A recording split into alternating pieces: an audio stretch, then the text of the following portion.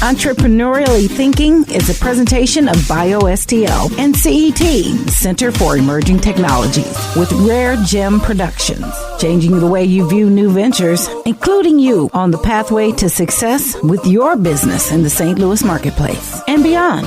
Here's your hosts, Cheryl and Christy. Now let's get thinking entrepreneurially.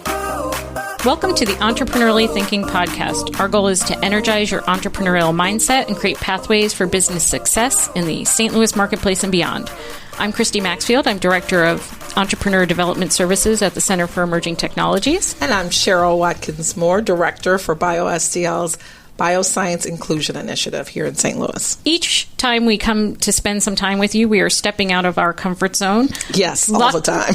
Luckily, that zone keeps getting wider and wider, so we have to keep stepping further and further. We invite you to come join us to think about your business in new ways, and we want to help you take the constraints off of how you view current and future endeavors. You can stay in touch with us or join our podcast on a regular basis by looking for Entrepreneurially Thinking on your favorite online streaming platforms, Facebook, Twitter, LinkedIn, or by visiting our website at entrepreneuriallythinking.com or following the hashtag ETHINKSTL. Today, we are thrilled to have Eddie Davis, President and Executive Director of the Center for the Acceleration of African American Business, with us. Cheryl has had the pleasure of working with Eddie for a number of years. Yes. And Eddie, I'm always thrilled to be in your presence. You are a wealth of information.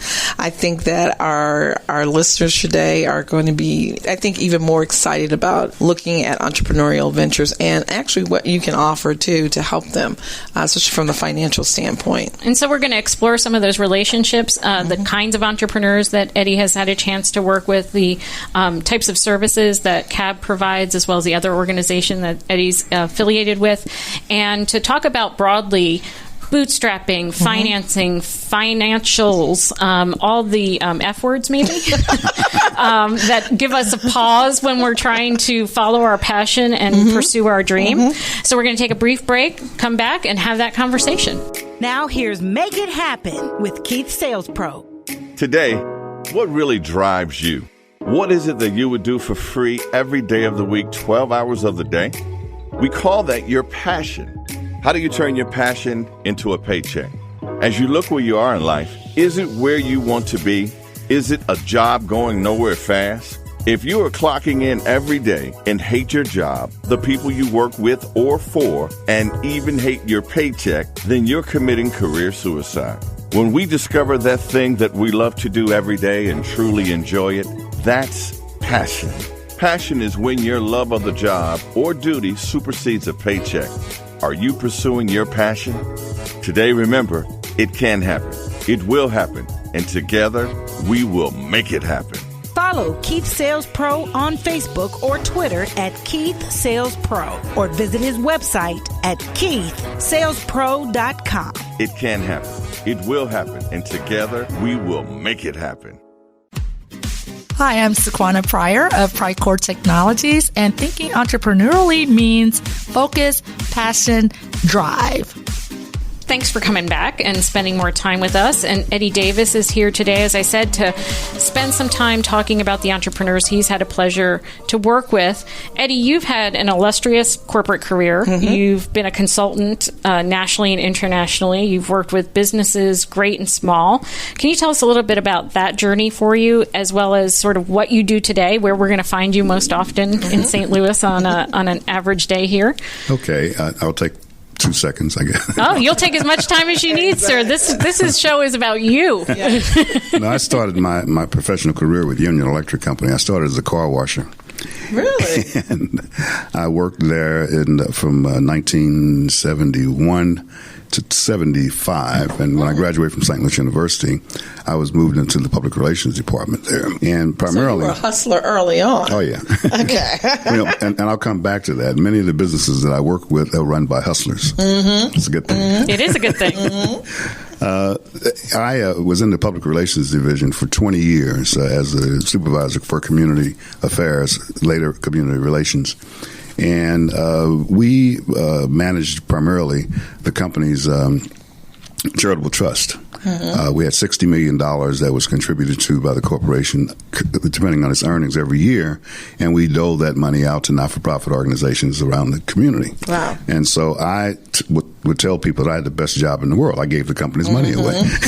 Right. That's the one we always want. Exactly. As a fundraiser, I always wanted the job of giving people's money away.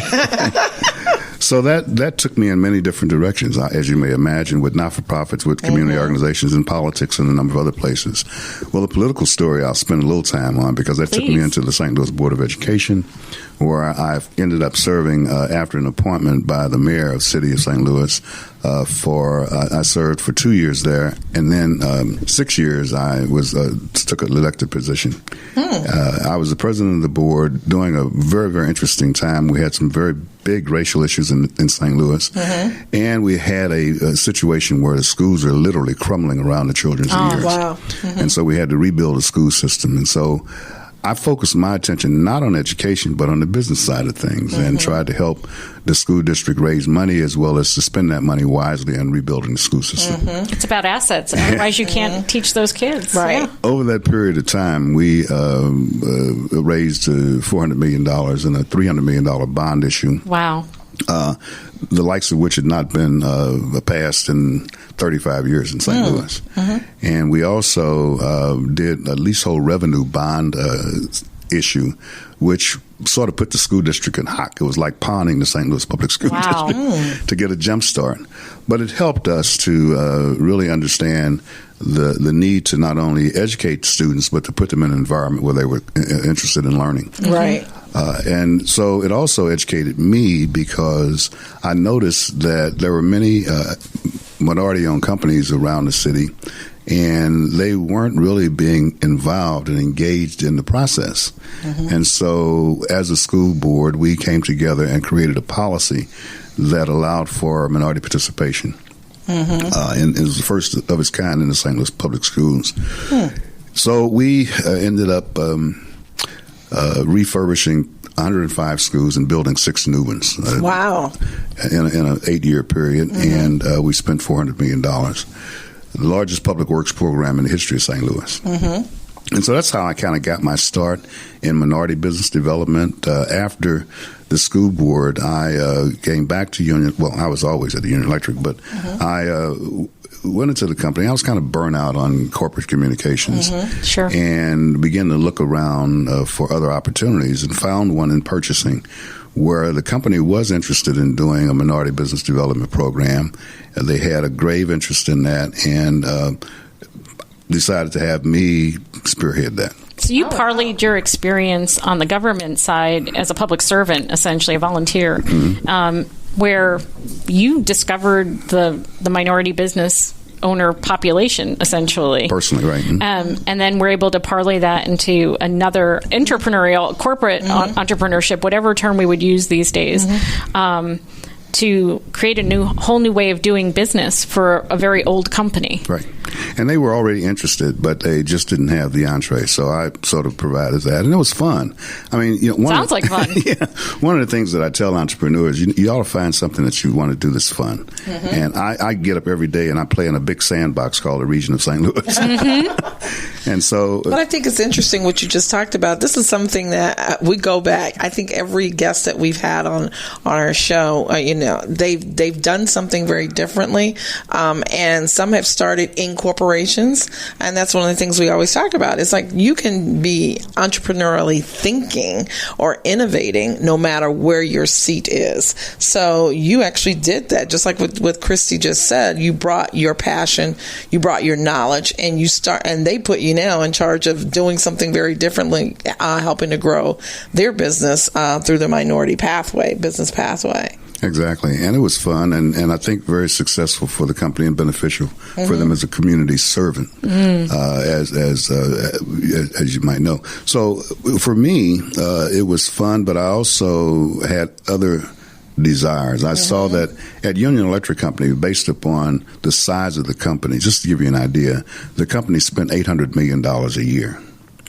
And 40% of that $800 million was spent on construction, Well, I learned a lot about construction at the school board. Right. And so that just parlayed right over into that. And where they spend those dollars has an impact on who gets those contracts. Exactly.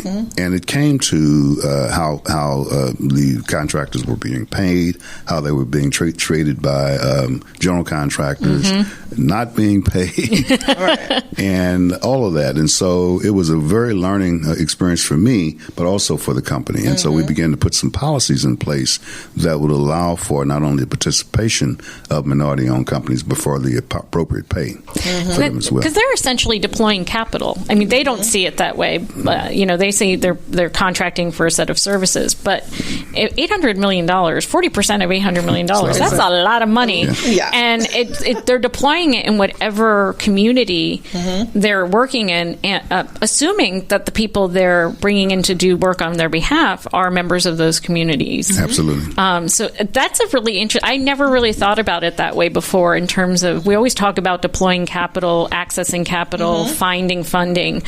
That's a fascinating way to look from both the corporate side and the small business side, what it means to tap into pools of capital. Yeah, and it's almost like philanthropic from the standpoint that you're engaging people that probably were not engaged with Union Electric before.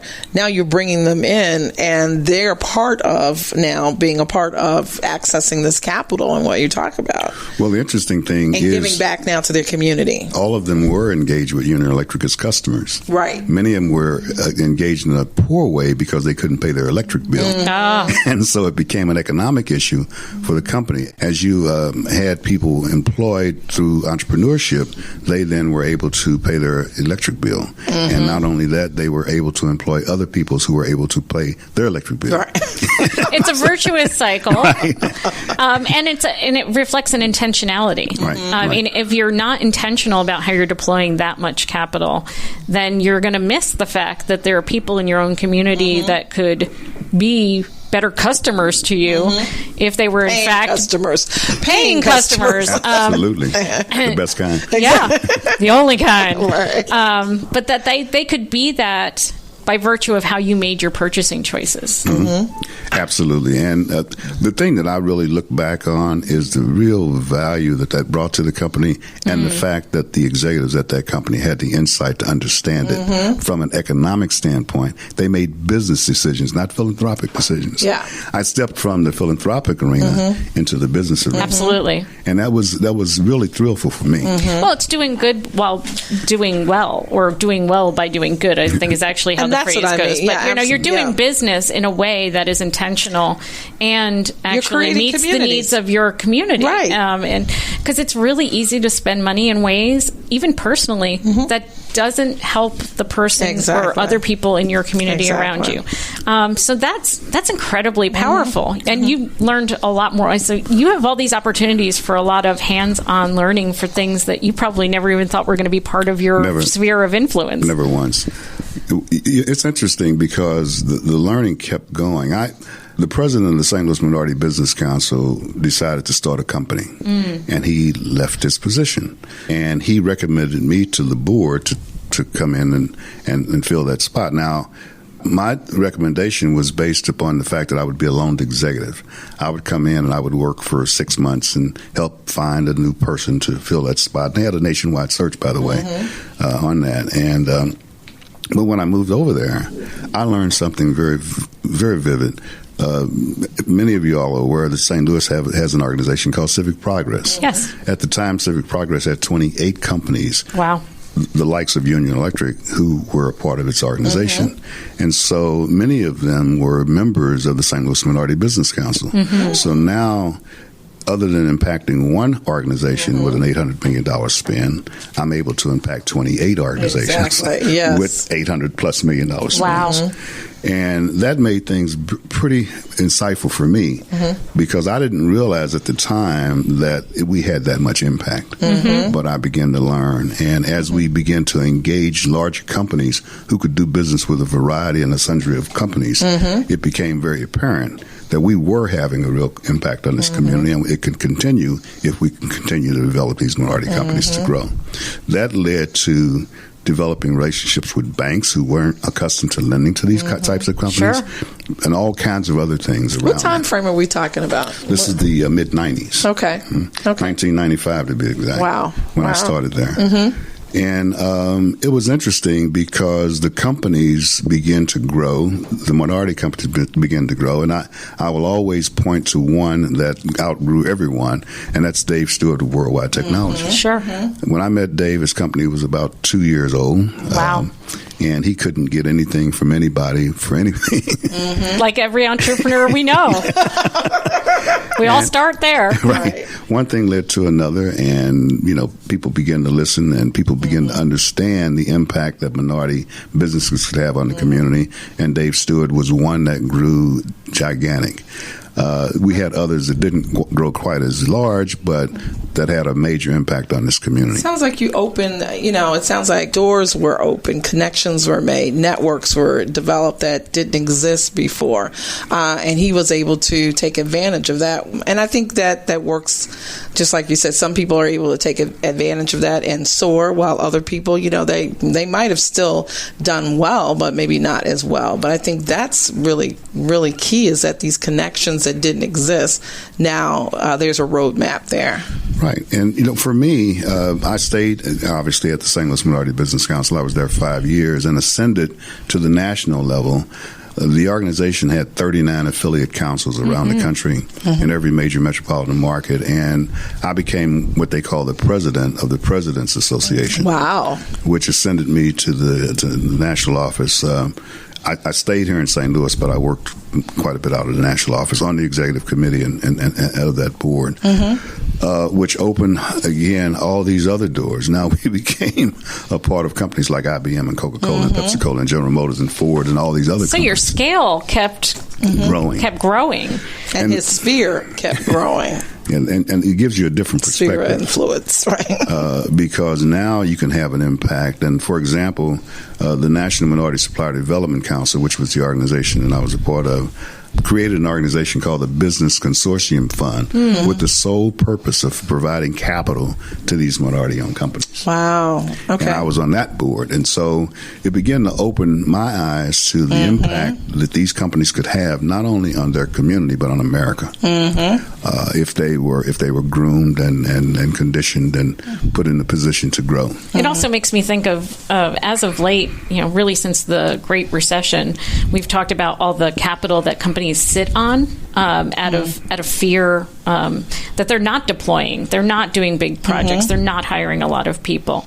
I think it's really important for us to remind ourselves about the power that really is inherent in all that money that's being kept out of the economy, Exactly. And how we might be able to catalyze that by making the opportunity or creating the opportunity for companies to invest in entrepreneurs, seeing them as if there's ways we can de-risk the entrepreneurs in our community, there may actually be ways we can deploy some of that capital they've been sitting on for a while. Exactly. Well, the story keeps growing because now you're at the national level and you have these types of impacts, you have these types of relationships. But the one thing that came out of that relationship was the fact that as I traveled around the country, I noticed that there were support organizations, technical assistance support organizations for Asians, for Hispanics, for women, nothing for African Americans. So what did that sounds like that's a game changer, that you had this 50,000-foot view of what was going on. You now understood the money, the scale of the money and potential at play. And you also saw that training and technical assistance really was going to be an important part of that equation. What difference does training and technical assistance make in this context? In my opinion, all the difference in the world. Because many entrepreneurs are very, very proficient. They're professional at their avocation. But many of them are very, very limited in their business vocation. Yes. Yeah. And so without technical assistance, many of them fail. And so what I've been able to do with the help of many, many other people is to focus on providing that technical assistance in a very real way to take these entrepreneurs from small companies, for those who want to, into very successful companies. And that's what you're doing right now in the community. And that's what I really appreciate, that you have been from a corporate standpoint all the way to the mountaintop. And now you are sitting in our community helping these young companies grow. Talk to me about, what your mission is and what you guys do, types of entrepreneurs that you see over there, and how you're helping them. Well, we work primarily, my background being finance, our focus of the center is primarily on finance and financial activities of a company. I personally sit with an entrepreneur and help them understand how to build their financial statements and then analyze that information to better run their company. It's a process, and this is through CAAAB, so I can state that again. The Center for Acceleration of African American Business. Exactly. But at the same time, I realize what I know, and most important, I realize what I don't know. And so companies need human resource experts. They need accountants. They need lawyers. They need other people in the company, strategists, to help them grow and develop. Right. And our job, as I see it, is to help companies grow and develop to whatever their full potential is. And so we have surrounded ourselves with partners in human resource, in law, in accounting, to help these companies grow. We have insurance brokers, and we have all kinds of people that we work with that we can bring to bear for these companies to help them. How do they find That's actually something we're going to talk about in just a second. We need to take a quick break, and then we're going to come back and explore what those partnerships look like. So, as usual, we always start off asking our guests, what does it mean to you to be alive and well in STL? I guess it means to be alive is to be healthy, to be happy, and to be blessed with the life you've been given. For me, it means to be trying to take advantage of all the healthy opportunities that St. Louis has to offer, and to find that balance of work and life. Alive and well in STL to me means not just waking up every day, but waking up with a purpose, doing something, and doing something a little different every day, but all things working together for that which is important to you. Building a healthy community is where we talk about and begin recognizing some of the factors that go into becoming healthy. Whether it's some of the simple things like taking walks, healthy eating, or of course, stop smoking. But other things that you may not think about, like meditation and mindfulness, breathing exercises, and yoga. It's great to be alive. Be alive and well. Join this movement at aliveandwellstl.com.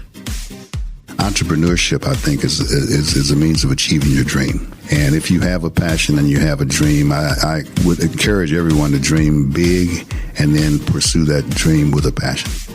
So, Eddie, you've created this network of partners, and I know Cheryl, like me, I should say, very much want to understand how does that model work, and how do they find you? How are you finding these entrepreneurs? And then getting to the topic here, how are you working with them, especially from a financial standpoint?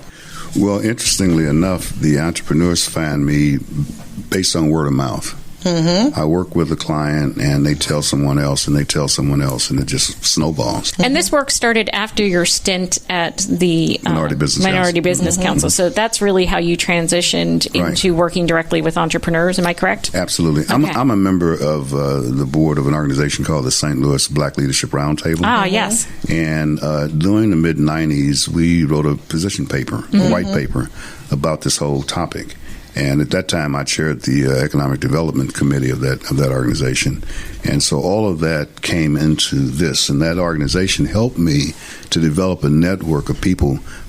For people who don't know what the St. Louis Black Leadership Roundtable is, it's about 40 presidents of organizations, of schools, of Harris Stowe State University, and executives at Anheuser-Busch and other companies, and the president of Urban League, and those kinds of organizations who are very involved in the fabric of the community. And the organization is grounded on making St. Louis a better place for African Americans to live, work, and raise a family. And so we're involved in voter registration. We're involved in health care issues. We're involved in education, and we're very much involved in economic development. Important pillars for our community. Absolutely. And so having said that, what we did, our committee took a real hard look at St. Louis and what would need to happen for St. Louis for African American businesses to grow and develop. Because of, again, the absence of a technical support organization. Right. Yes. And so we created the CAAAB organization as a result of that, and it sort of morphed from there. It was interesting for me because, again, I'll go all the way back to my Union Electric days when I was involved in philanthropy. Now we have a not-for-profit organization that needs money, so I just picked up the phone and called my friends. It helps to have that network. Yep. And they supported us, and we found that that was very, very successful. We also had networks of people who said, "Oh, we'll support you, but we can't provide money. We'll provide a place for you to have your office." Right. Okay. And so it was all kinds of in-kind support. And that's just as important as cash. Right. Exactly. And so what we began to do, we began to house people in these organizations. We were at the Pulaski Bank building on de Bolivar. We had 5,000 square feet there. We had 12 companies working there with us, and they just grew and grew and grew and developed. You were building an ecosystem before we were talking about an ecosystem. Right. Well, I don't know that we called it that, but absolutely. I mean, I think that's sometimes we think we've created something out of whole cloth. In fact, organizations like the Black Leadership Roundtable have been sowing the seeds for that kind of support and technical assistance for a very long time, and consequently, the ecosystem writ large has grown up around it, but is inclusive of those activities as well. Right. But, one of the things that I realized, and I think the organization realized, we cannot do anything in a vacuum. We need to have the support and assistance and participation of other organizations. Absolutely. And so we reached out to the Hispanic Chamber of Commerce and to NABO, the National Association of Women Business Owners, and to the Asian Chamber of Commerce and all those. And really, we began to form an organization called the Missouri Coalition of Minority and Women-Owned Businesses. Say that one more time. The Missouri Coalition of Minority and Women-Owned Businesses. Wow. And we begin to meet with legislators and state leaders and folks talking about the impact of minority and women-owned business on the state's economy.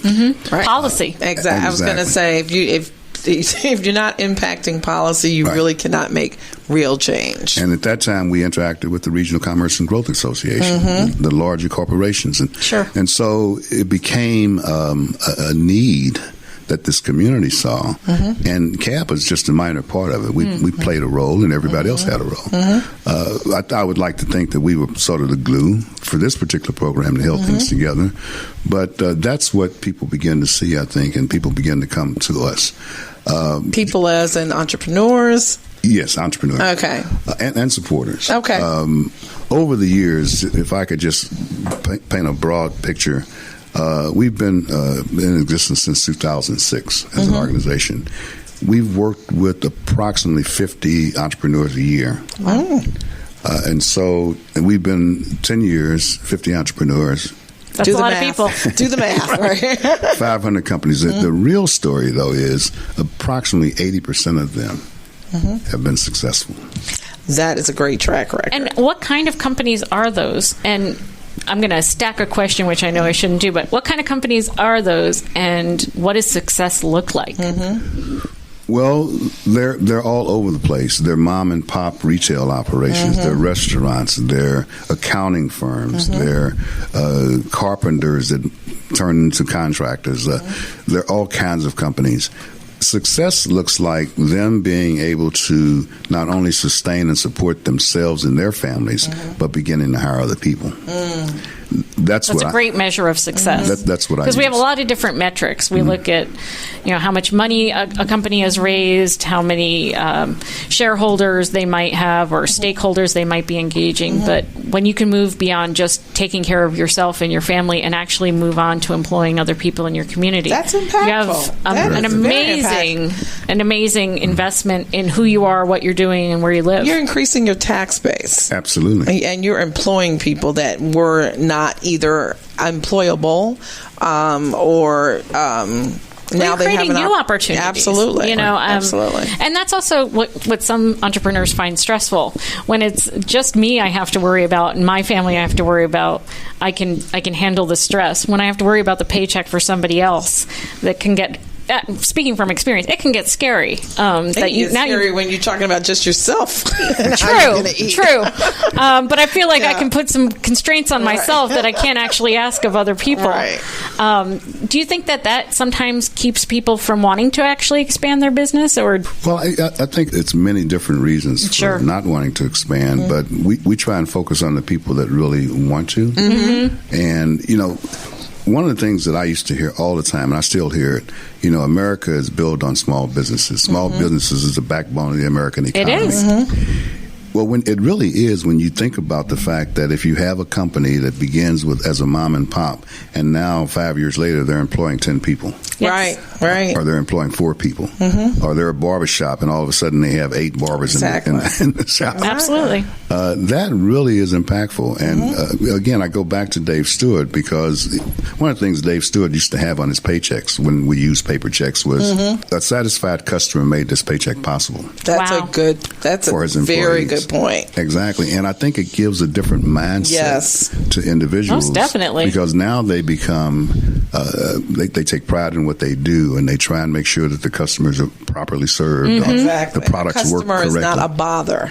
Exactly. You exist here because of the customer. Exactly. And so the other thing that we try to do in our development of companies is to I guess this comes from my philanthropic days, is to establish sort of a forward thinking or give back to the community. Mm-hmm. Many of these entrepreneurs have come from meager existence, and so it's a second nature for them. We see that a lot too. Right. That's part of why they're actually creating the company. Exactly. It's part of the main goal is not just to make a successful company and make a lot of money, but give back to that community. Exactly. I think that's a really interesting point, because when you say they come from meager existences, sometimes people say, oh, you got to have at least, $10,000 in the bank in order to start a company. Talk to us about how have some of these young entrepreneurs kicked off their businesses with very little to contribute to that? Well, their investors are primarily themselves, and then friends, families, and fools. Yep. The other set of F's. We talked about F's before. Right. They keep coming up. However, many of them fall into the pit of using credit cards. And so there's a whole... Very tempting. Right. There's a whole lesson that needs to be learned about individual credit and financial care. And many of them have poor credit scores. And your company's credit score is your credit score when you're starting out. And I was just reflecting on, driving in thinking, I haven't met an entrepreneur yet who hasn't had to personally guarantee something. So there's also not only a lack of understanding about how the credit score and your credit history conveys over to your company, but also that even with the corporate structure, early on, there's very little separation between you. There's Right. I just don't think folks understand that as much, because it would be really great if there was a brick wall that separated the individual from the entity, but starting out, at least, that hasn't been the experience that I've seen. My inclination is in the African American community, we don't know that, but we know it. Right. Just by impact on us. Sure. And so as you begin to expose that to individuals, they can correct it. And they can be taught to correct it pretty easily. Which brings about another conversation about how, takes us back to another conversation of how we establish partners.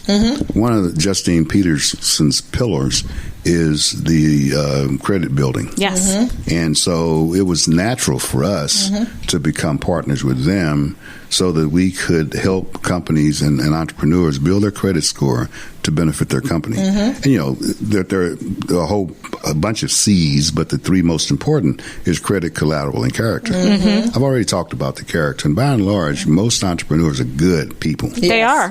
That want to do something good for themselves and the community. But collateral is another thing. It's a whole different... Right.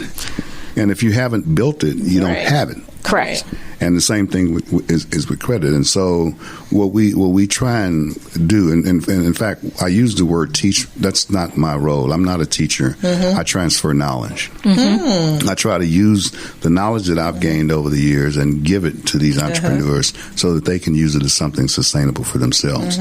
And it's a whole different dichotomy when you come at them that way, rather than I'm going to teach you something. Right. Because they have a lot to teach us. Exactly. They've had to figure out the hard way in many cases before they make it to a Square One or to a CAAAB or any of the other programs in our community. How have you been able to identify those folks that have not only that character but that little something special that makes them want to take it to the next level? I'll call it passion. Entrepreneurs are passion driven. And one thing that I've learned is entrepreneurs aren't extraordinary people. They're ordinary people that do extraordinary things. Very much so. And so when you identify a person that does an extraordinary thing with a passion, that's the one you want to work with. So I've got the passion, I've got the character, I might be working on the collateral, right? And my credit worthiness. What is the thing that I'm probably missing when I come to you? Am I using financial statements to make decisions about my company? Do I understand how to use those tools? Are there other things I'm missing when I come because I have cobbled it together? Most of them lack the professional support that they need. And I tell them before me, they need two people, a great accountant and a good attorney. Services you can't underestimate the need and value of. Right.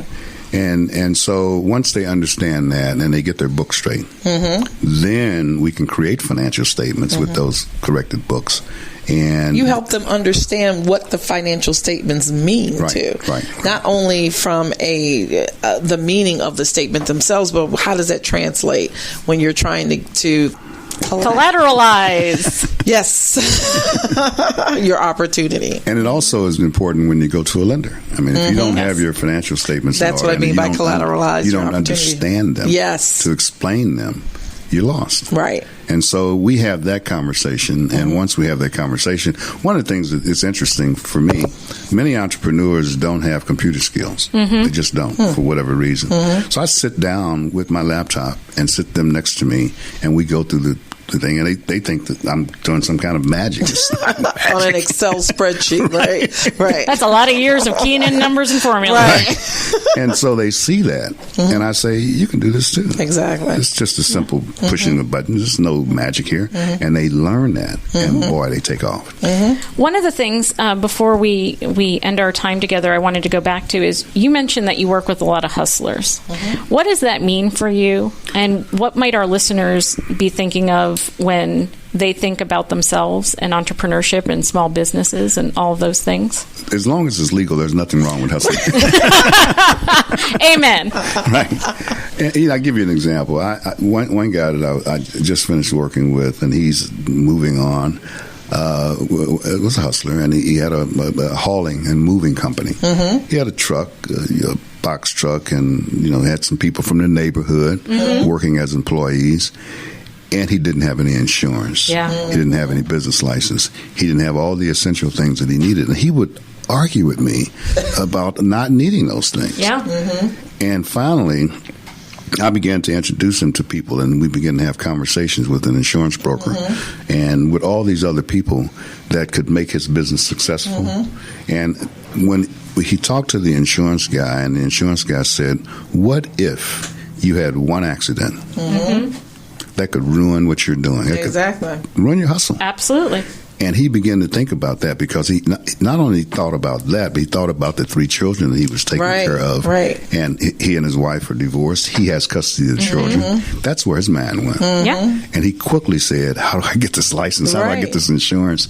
And it meant that he had to do some things that he was not able to do in his mind in terms of saving money to pay for the things that he needed. And it's interesting, you talked to him about this, but until you put the actual person in front of him, he didn't get it. Well, and I think that translating, in some ways what I hear you describing is the hustler goes out and makes something happen, right? He wasn't necessarily concerned with all the boxes that he needed to check, right? He saw an opportunity. He went out. He made it happen. And there's lots of people today, whether they're going to do their own business or make some change within the organization that they're at, that can take the initiative to go do something and then find the experts, find the network, find the mentors within their sphere to help them do it right. I think many of us can overthink something and we get stuck in the thinking and not in the doing. And if I was going to take a lesson away from a hustler, it would be start doing and then figure out who you need to be working with to do it right. That's compelling to me. And especially since one of the things we like to do at the end of our program, which unfortunately we have come to, is let people, it does go quickly because we have really amazing people in our community like Eddie who have so much to share with us. Where can they find you? So if you could tell us where they should be looking. Our offices are housed in the Better Family Life building at 5415 Page Avenue, and that's 63112 zip code. In fact, we are completing the creation of a new business center on the third floor of that building. It's an old school, elementary school, the Emerson School. And you think the building is beautiful. Wait until you see the third floor. Wow. Okay. That means I'm going. Do a visit, Christy. We should be opening that third floor in the next 2 weeks. Wonderful. And we will, of course, have a grand opening, an open house, and all those kinds of things. So fall of 2016, people have a whole new space to go into. They don't have to wait. Yes. That's amazing. One other thing that I want to mention is sort of a pipeline that we've developed. We work with an organization that we created called Vital. There's a young lady by the name of Kelly Sykes. I don't know if you guys are familiar with Kelly. P3 Strategies? P3 Strategies. And the Better Family Life Organization and CAAAB has created a triage. And we work with organizations like BALSA at the front end of this triage and the pipeline. And then we moved them into organizations like Justine Petersen in the micro lending end. And then we go to banks that are friendly to African American businesses and take them into the banking community. And then at the end of that, we are working on the venture capital world. And in fact, I'll just make a plug here. The ICCC is coming to St. Louis, as you all are well aware. And I'm real pleased with that because I was able to introduce 12 entrepreneurs who's going to be participating in that. Wonderful. Now, these are people who have sort of came through that pipeline and made it. And now they're interested in knowing what is venture capital, how can I utilize to grow my company, and all those kinds of things. So this is a national program, correct? Yes. And it's coming here to St. Louis. Yes. Been around for 16 years, and Craig Fowler, who's on my board of directors, is helping spearhead that with Regions Bank. That's phenomenal. To bring this. So if I'm getting ready to come and be part of that program at the end of September, or if I'm going to come out and see your beautiful new space in a few weeks when it's open, what could I be doing at home to prepare myself to really be thinking entrepreneurially? Well, I would say the best advice I could give someone is to surround themselves with other like-minded people. They may have some deficiencies, but boy, do they have some things to give. And if you do that, you will find the right place for you. I mean, St. Louis has a wealth, particularly in this day and age, a wealth of entrepreneurial activities and support organizations. You guys here at CHC and the BioSTL and Washington University School of Entrepreneurship through the Scandalaria Center and St. Louis University, CAAAB organization. There are all others just goes on and on. Around Grace Hill. And so eventually, if an entrepreneur surrounds themselves with folks like that, that's how they find me. Fantastic. And that's how they find these other organizations. And collectively, I think we can really raise everybody's vote. Well, one of the things we always say is there's no wrong door. So whether you find Eddie or Cheryl, me, any of our other guests, Jade, our fabulous producer and an entrepreneur in her own right, find us all. Make sure you know what we're doing. We're going to make sure that that's not hidden from view because we really do want you to know where it is. And one of the ways to make sure you stay tapped into where we are, what we're doing, and how you can get involved is to look for new episodes of Entrepreneurially Thinking on your favorite streaming platforms. Be sure to give us a 5-star rating so that others can find the content that you love. You'll also be able to find the show notes, information about our guests, and other tips on entrepreneuriallythinking.com, and the hashtag ETHINKSTL will keep you connected. We look forward to seeing you and talking with you all again soon. Thanks, guys. Thank you, Eddie. Thanks for having me on. Thank you. Absolutely. Changing the way you view new ventures, igniting your thinking about entrepreneurship. It's Entrepreneurially Thinking. Get connected and discover more. Visit our website for show notes, resources, information about our guests, upcoming events, and of course, all your favorite episodes. If you have any questions, be sure to leave them for us in the comment sections, and be sure to leave us a 5-star rating on iTunes. The best way to show love is to share. Let everybody know that you're thinking entrepreneurially. So visit our website, entrepreneuriallythinking.com. Hashtag ETHINKSTL. Entrepreneurially Thinking is another positive production of RareGem Productions. Thanks for listening.